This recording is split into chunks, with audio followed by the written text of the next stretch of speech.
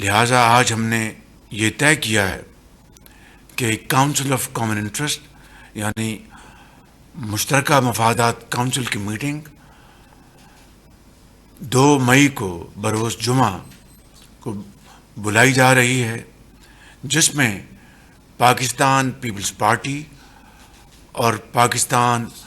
مسلم league نون وفاقی حکومت کے مذکورہ فیصلوں کی تائید کی جائے گی۔ تو میں سمجھتا ہوں کہ آج یہ فیصلہ ہم نے نہروں کے حوالے سے کیا ہے۔ آپ کا بہت شکریہ وزیر اعظم صاحب کہ آپ کا نمائندے نے پاکستان پیپلز پارٹی کے نمائندے کے ساتھ ایک تفصیلی انگیجمنٹ کے بعد ہمارے اعتراضات، ہمارے عوام کے شکایات نہ صرف سنے مگر وہ شکایات سننے کے بعد یہ اہم فیصلے لیے، جس میں آج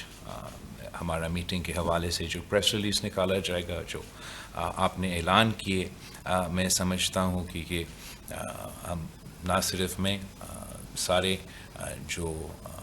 احتجاج کرتے آ رہے ہیں حکومت کی پالیسی یا ان کی انڈرسٹینڈنگ حکومت کی پالیسی کے بارے میں، اس کو آج آپ نے کافی حد تک ایڈریس کیا گیا ہے، اور انشاءاللہ تعالی یہ سی سی آئی کے اجلاس جب مئی 2 کو بلایا جائے گا اور وہاں یہ فیصلے انڈورس کیے جائیں گے کہ باہمی رضامندی کے بغیر کوئی نیا نہر نہیں بن رہا ہے، تو کافی حد تک جو لوگوں کے شکایات ہیں، جو اعتراضات ہیں، ان کو ہم دور کر سکیں گے۔ آپ نے کالہ باغ ڈیم کا ذکر کیا، جہاں 3 صوبے نے اپنی اسمبلیوں سے اعتراضات